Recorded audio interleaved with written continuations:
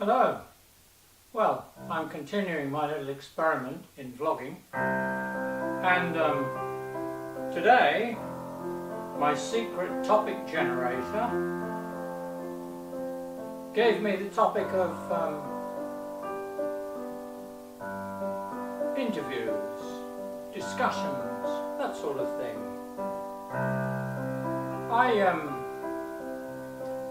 I had had several interviews in my life.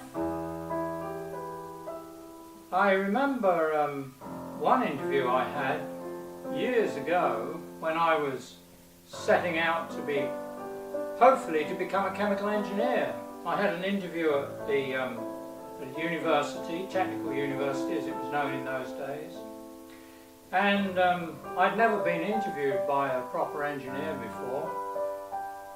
And this guy said to me, one of the questions he threw at me, he said, imagine that you are standing on a perfectly frictionless table.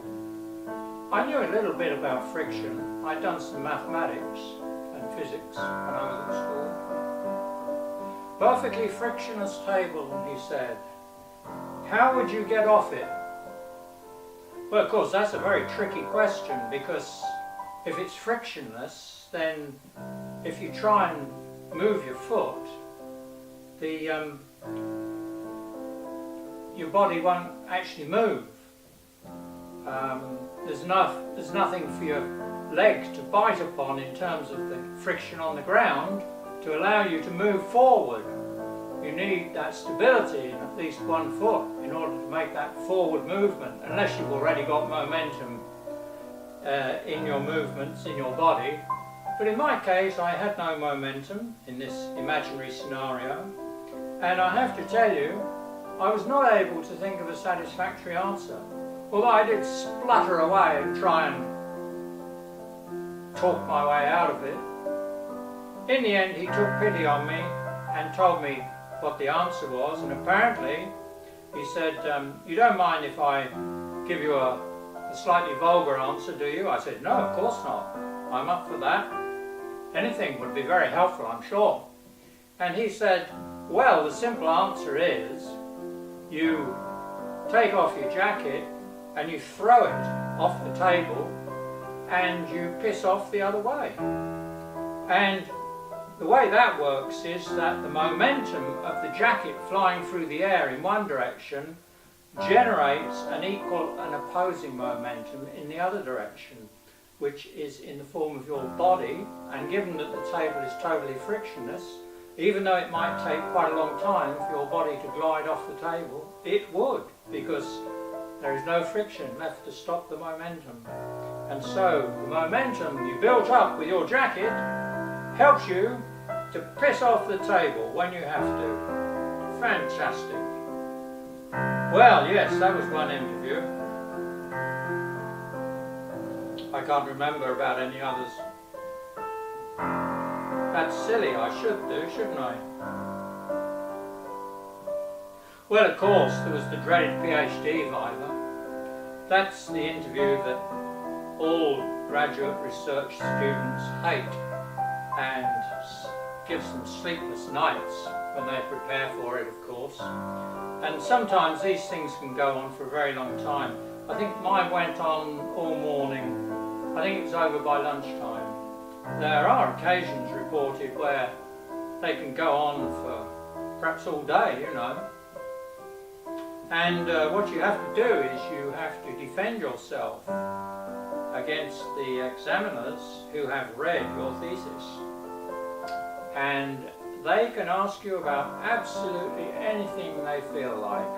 You are fair game to them, and it is the final test. Once you've passed through that, there might be some minor modifications they ask for in terms of your thesis, but once you've passed through that, you've done it. You become a doctor, a PhD, no less. I once, there was some debate in my university about whether PhD candidates or people who gain PhDs should be able to call themselves doctors. And the Senate of my university had a meeting about it, and they discussed it, And they said that if anybody should be prevented from calling themselves doctors, it would be doctors of medicine, because it is only doctors of philosophy who have completed a serious program of research for a period of about 3+ years.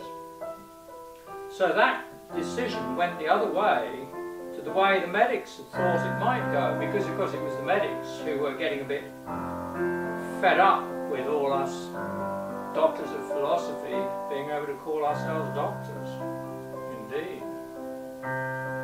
Well, what else can I talk about? Discussions and interviews, blah de blah de blah. I think that's about it for today. I'll just keep this fairly short because I'm still at an experimental stage, you see. Still experimenting. And learning about the green screen technique.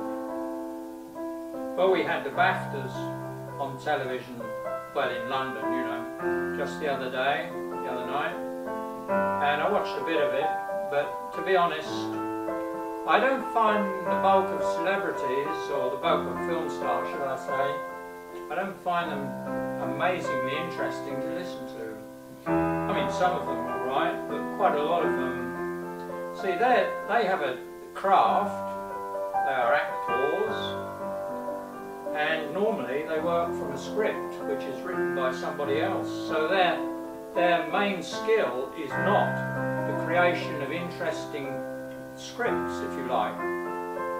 And so their skill doesn't necessarily lie in ad hoc ad-libbing in public speech.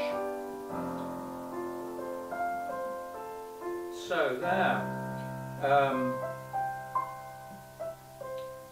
Sir Ridley Scott, I believe, was honoured at the BAFTAs, and he comes from a place called South Shields, which is not a million miles away from here, actually.